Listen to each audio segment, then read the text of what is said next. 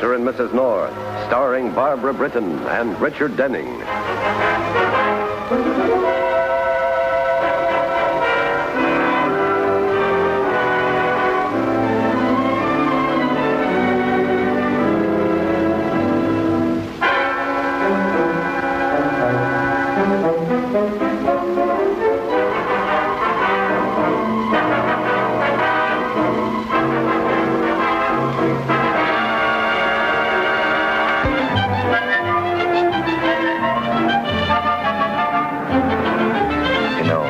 Holding your hand. Do you? What's a girl like you doing in a place like this? Oh, girl's gotta make a living. What are you doing tonight? Going home. Tough day. Live alone? Can you get rid of her? Shh. It's a man. My husband.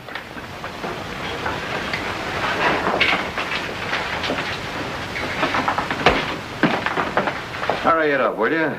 Oh, yes, sir. I'm sorry, sir.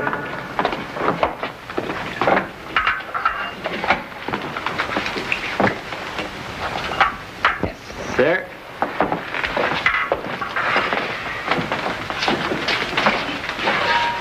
I hope you come again, sir.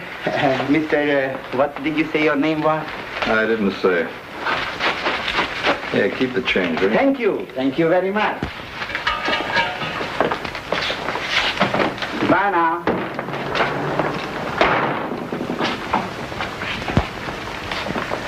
What's the matter? Haven't you hold enough hands for one day? Can't I look out? The people, the cars? Ah, what do you think I am, stupid? We're looking after that man. Well, you were looking out after him, weren't you? Well, that's a little bit different from when you are looking after him. How? There's something funny about his face. His skin is too tight for a man of his age and has scars behind his ears. So maybe he was in an accident or something. Come on, let's close up. I'm tired. Got one more customer coming. Let's not change the subject, lady. Okay, I looked at him because he was good looking. Does that satisfy you? Yeah. Fine kind of a life we lead. Yeah, stinks, doesn't it? Can you suggest whose fault it might be? Mine, I suppose. I suppose you are the model wife, sitting over there all day, holding hands. Well, what do you want me to do? Give him a manicure without holding their hands? You don't have to whisper to him like you did. Just what were you saying, you two, huh? I said, darling, I love you. And he said, come, fly with me to the moon. Yeah, well, I don't like it, and I won't have it. You hear me? Yes, I hear you. I hear you. I'm not wearing earmuffs. I'll listen to this. If I ever catch... Pipe down. Somebody's coming. Hello, Maury. How's the boy? Just fine, Mr. North. How are you, Mrs. Durgan? Well, I don't know what it is, Mr. North, but I feel great. Just great. Maybe it's the weather. Ah, good for you. Say, would you hold this for me? Oh, it looks like a new hat. You've been shopping for your wife? I wouldn't dare. No, Mrs. North bought it this afternoon. I picked it up at the shop. They had to put another bunch of bananas on it or something. And don't let me forget it. Mrs. North had scalped me. Oh, Maury will take care of that. The usual, Mr. North? Yeah, but make it a little cleaner around the ears this time, Maury. That last haircut you gave me only lasted 3 days. Well, this time I'll make it 4 days. Well, what's the latest in the outside world, Mr. North? Well, Reynolds pitched a shutout. Did you hear? No. Go on, you kidding? What's the matter, Maury? You seem a little upset. Nothing the matter. Oh, no, I'm in the pink, Mr. North. Honest, yes, sir. It's Elsie. Honest, Mr. North, sometimes she aggravates me something terrible. The way she acts about... What do you mean, about money? Yes, about money, too, but it's mainly... You know how it is.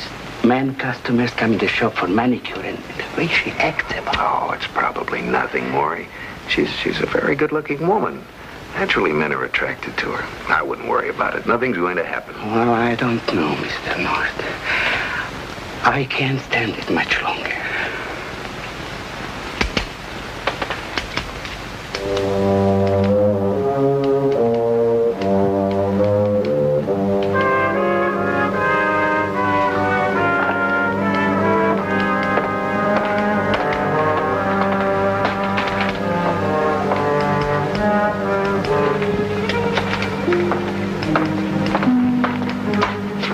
I'll be right back. Elsie! Come back. See what I mean, Mr. North? You think you've got troubles, Morris? Take a look at this guy, Frank Manson, the police are after. Boy, he's in real hot water. If he's single, I'll trade places with you.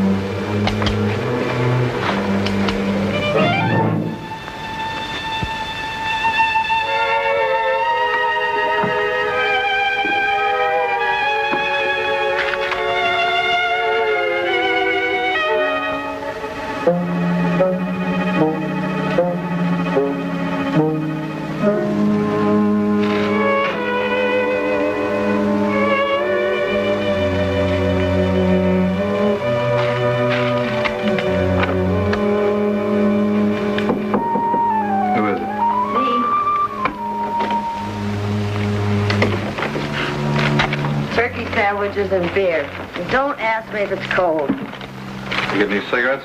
Why don't you look Forgot and them see? again, huh? Now what's bothering you? Skip it.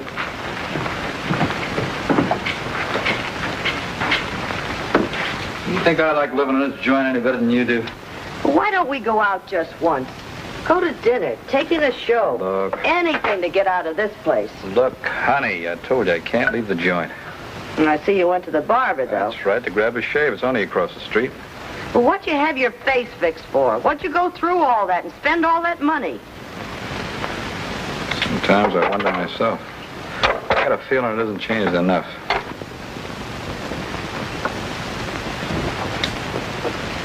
Hello, Jerry. Okay, an onion and an olive coming up. Well, how do you like it? Oh, I didn't taste it. I wouldn't dare. Jerry, my dress. Oh. Hey, you know, you're pretty nice looking for a girl. Well, where'd you put it? Oh, here. Better drink it before the onion and the olive get drunk and start throwing rocks at each other. My hat. Where is it? No, I didn't see it. My new one, the one you brought home. Oh. Oh, Jerry, you didn't. Oh, wouldn't you know it? Elsie Dargan, I told her to Who's Elsie Dargan? The manicurist, the barber's wife. I stopped in for a haircut, and, well, I guess I forgot it. But don't worry, I'll get it tomorrow, Pam. I want to wear it tonight. We're having dinner with Bill Wygant. So, wear some other hat. Say, why don't you wear that one that looks like, you know, the one with the chicken feathers all mixed up in the broccoli? Jerry, North, you go back to that barber shop and get my new hat. But Pam, he'd probably be closed by the time I got there. Call him up in time to wait. Well, I still don't see why you can't wear some other hat. With chicken feathers and broccoli? Want your wife to look like a barnyard? Call him. Oh, nag.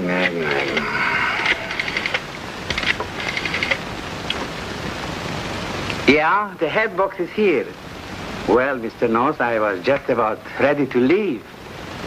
I have an idea. If you want me to, I take it home with me. Save you half an hour driving. I live at the Colby Apartments, West 11th Street, just off the square, okay? No, I won't forget it. Okay. I'll be leaving right away as soon as Elsie gets back. Bye now.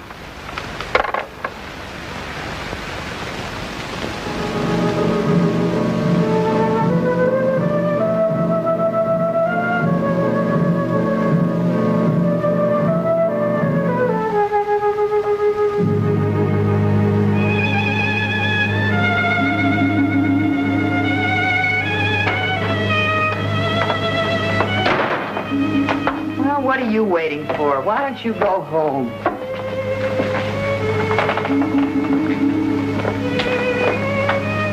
Aren't you coming? No, I'm not coming. Where are you going? I told you. On a flying trip to the moon. Who are you meeting? Take your hands off me. Why don't you go home and look at television? That's what you always do, isn't it? Don't get smart with me. Elsie, all I want to know who you're meeting. Aren't you going to tell me? No, I'm not. Then take your hands off me, you creep.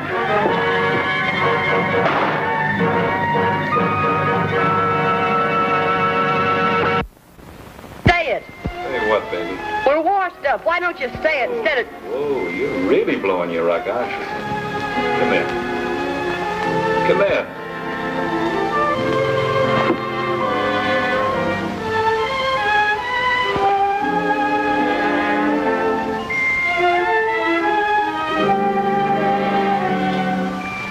Does that dampen a fire any, baby? I never thought you'd walk out on me. Oh, honey, don't talk like that. You know I'd never walk out on you. I swear it. Well, I think I will go out and get a little fresh air. Is there anything you want me to bring you? Just bring yourself back, honey.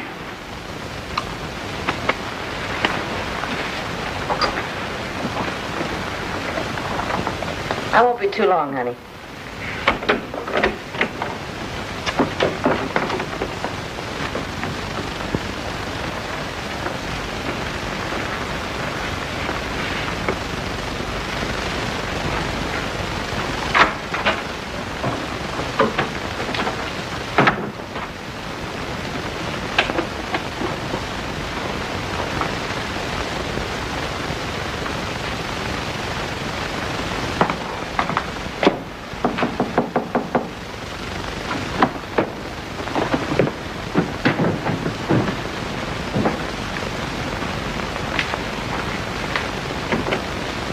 Why don't you use your key, honey?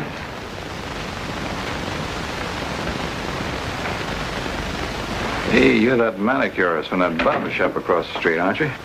That's right. Say, what is this? What do you want? Just a little talk, Mr. Matson. You're crazy. Now get out of here. Why don't you call the house dick? Have him throw me out.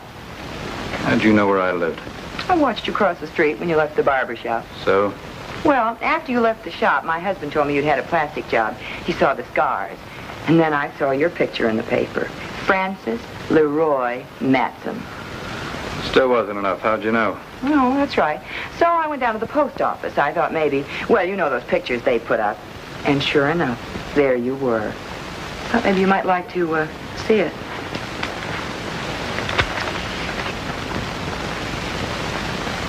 Checks, doesn't it? Height, weight, color of the eyes. Okay? You're looking to get your pretty little neck wrung, aren't you, honey? You want to know why? While I was in the post office, I got a real bright idea. So I wrote a letter saying exactly why I was coming here, what you look like now, and where you're staying. Tell me, did you send it to the cops? No, that wouldn't be bright, Mr. Matson. DA? You see, I wrote that letter to myself. Well, don't you get it? If you pay me off, I'll burn the letter when it comes. If I'm not around when it comes, my husband will open it and... Okay? How much? Oh, seeing as how the paper said that you made some pretty nice bundles when you killed those 2 bank guards, I'd say a reasonable amount would be, 10,000. Only 10 grand? You got a cigarette?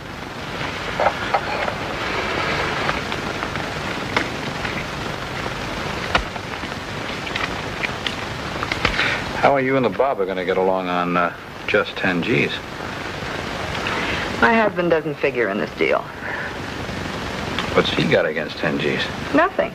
Except I've got something against splitting it with him. I'm pulling out. Now, about the money. It's a pretty nice anklet you're wearing. Say anything on it? Just my name. I like it. It's only gold-plated. I mean what it's on. Well, a minute ago you were ready to kill me. Sweetheart, that was a minute ago.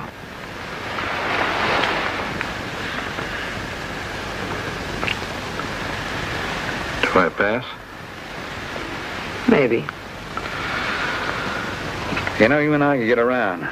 We head out, kicks up rough, we come back. That way nobody loses anything. Yeah, except me, the 10,000. Oh, no, we keep right on going. You got a signed check. Fill it in for any amount. When would we hoist the anchor? Right now. Well, I'd have to burn that letter first. You know, the one I wrote. Yeah, I forgot about that. Hey, when do you expect that? Tonight. I sent a special delivery. Tell you what. There's a midnight plane leaving for England. I'll meet you. Of course, you wouldn't run out on me, now, would you? Oh, honey, and miss all the fun? How do I know what your idea of fun is? Convince me. All right, name it, baby. What? It's right on the tip of my tongue. $10,000. Now. You just got yourself a deal. Come here. That's right, the Chancellor Hotel. That's where you'll find Frank Matson, room 317. Are you sure? I ought to be. Okay. It's just that the whole police force was out looking for him, and here you come and... I know him, I tell you. He just had a plastic job. You can still see the scars. Well, that doesn't necessarily prove you know him. I mean, because of the scars on him. It's the scars on me that prove it, Lieutenant. Oh. So you and Frank are old friends, huh? Well, you can call it that. Look, here's the key to his room. You can walk right in on him. Do you believe me now? Enough to take a chance? Wagon, have a car ready for me. We'll take a run over there, okay? What do you want me for? To identify him. None of us have seen the new face. Okay? It'll be a pleasure.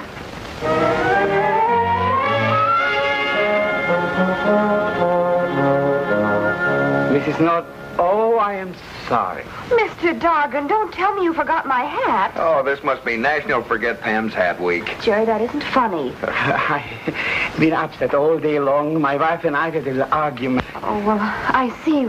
Well, now, Pam, you can get along without that hat tonight, can't you? Well, I suppose I'll have to. Unless, Unless what? unless Mr. Dargan will give us a key to his shop. Well, how about it, Maury? I promise not to swipe any haircuts. Do you mind? No, I don't mind, but this is the only other key. I mean, besides Elsie's. Excuse me.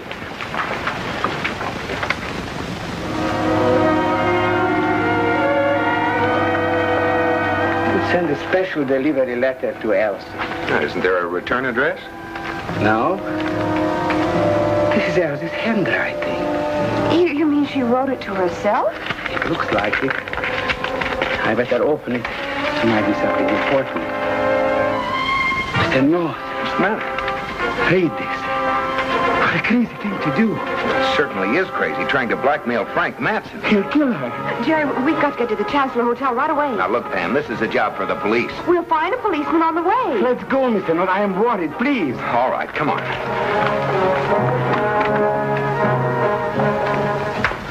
You sure you cautioned your guest not to come down to the lobby for the next 15 minutes? That's right. Good. Not a policeman. We haven't seen a single cop on the way.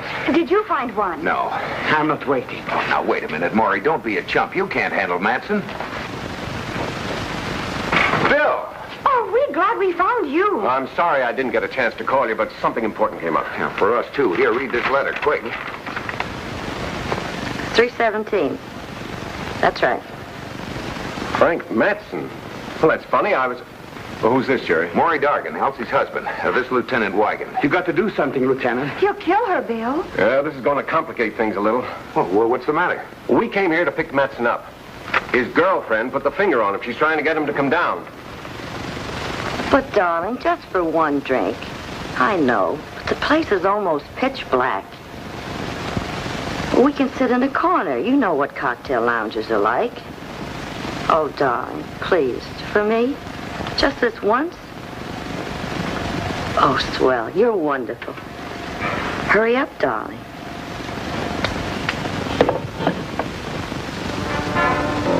All right, get over there, all of you, and keep out of sight. Please cover? Right, good. Let's watch the elevator.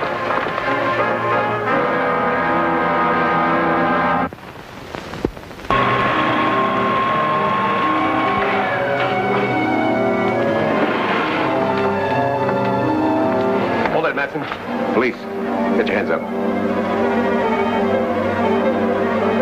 Not you, dirt. Hold it. Haven't got a chance.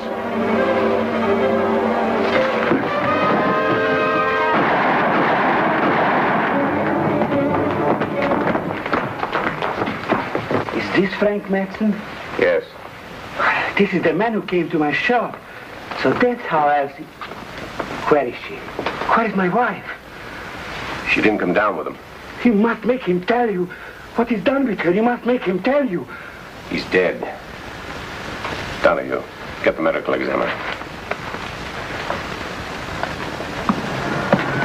Well, at least we know one thing. Elsie is not in Frank Matson's room. Where is she? You got your key, Maury? Oh.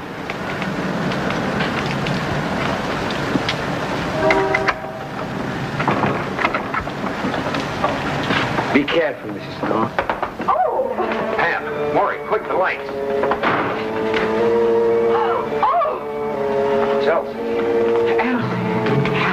Elsie, are you all right? Elsie, she won't say anything. She's gone. Why did I give her what she wanted? Anything.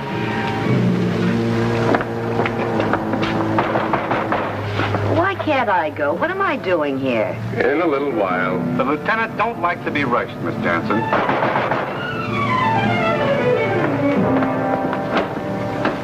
What's locked, Bill? Say, what's this? It's Mrs. Dargan, Bill. She's been shot. I'm sorry, Mr. Dargan. There's nothing you could do. She must have been out of her mind trying to get money out of Frank Matson. Miss Jansen, I suppose you think I did it. looks like you're going to have to answer a few questions. Such as? Why didn't you tell me the woman you saw go into Matson's room was Mrs. Dargan? Because I didn't know who she was. And why didn't you tell me she went up there to put the squeeze on him? Because I didn't know that either. All I know is he said, "Why don't you use your key, honey?" Then I knew why he wanted to get me out of the room. Now, come on, Miss Jansen. Tell me the truth. You wouldn't know the truth if it stared you in the face. Oh. Pam, how did you ever get all that money? $10,000. That isn't my purse, Jerry. Here's mine where it landed when I fell. Well, who's this? Miss Jansen, that belong to you? No, it isn't mine. Dargan, do you recognize this? It's my wife's, Elsie's. Well, if I killed her, I would have taken the money, too, wouldn't I? And Frank Matson wouldn't have done it because he would have taken the money. Pam, you're right. Look, why don't we all go downtown and talk this over? Yeah, that's a good idea, Bill. Donahue, tell the medical examiner when he's through over at the hotel, we've got another one for him over here. Well, can I go now? Yes, you may go. Wait a minute, Maury. This is your wife's key case, isn't it? Yes, where did you find it? It was on the floor. It fell out of her purse with the other things. Is one of these a key to the shop? Yes, this one. Let's go. Going to lock up, Maury? Oh. Look, hurry it up, will you, Jerry? You know, Bill, I don't think it'll be necessary for all of us to go downtown at that. Just you and Maury Dargan. What do you mean? See this lock, Bill? Yes? It isn't a snap lock. It doesn't lock automatically. Well, of course, Mr. Dargan had to use the key to both unlock the door and then lock it again. Exactly. There are only two keys to this place. His key and his wife's key, the one that was inside in her purse. Well, get to the point, will you, Jerry? Pam, what did Maury tell us when we were up in his apartment about the keys to this place? That there were only two, his and his wife's. Remember that, Maury? So unless you can convince the lieutenant that Elsie locked the door with her key after she was dead, you locked the door with your key after you killed her. That's crazy. I had no reason to kill her. This afternoon, when she ran out of the shop, you sounded pretty desperate. But Mr. North, we had just an ordinary argument like every husband and wife has. Ordinary? It didn't sound like an ordinary argument to me. Look out, Jerry! That was the only thing to do to a woman like that. There are worse things than women like that, Maury. I'd like to know what. Killers.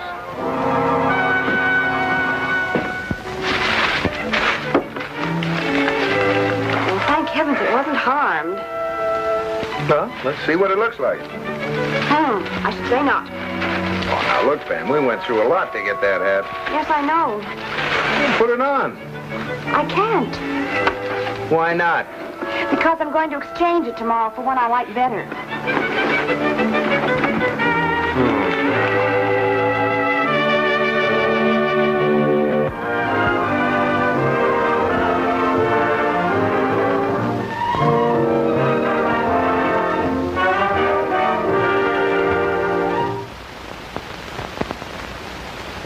Mr. and Mrs. North is directed by Ralph Francis Murphy. A John W. Loveton production. Produced by Federal Telefilms. Starring Barbara Britton and Richard Denning, featuring Francis DeSales.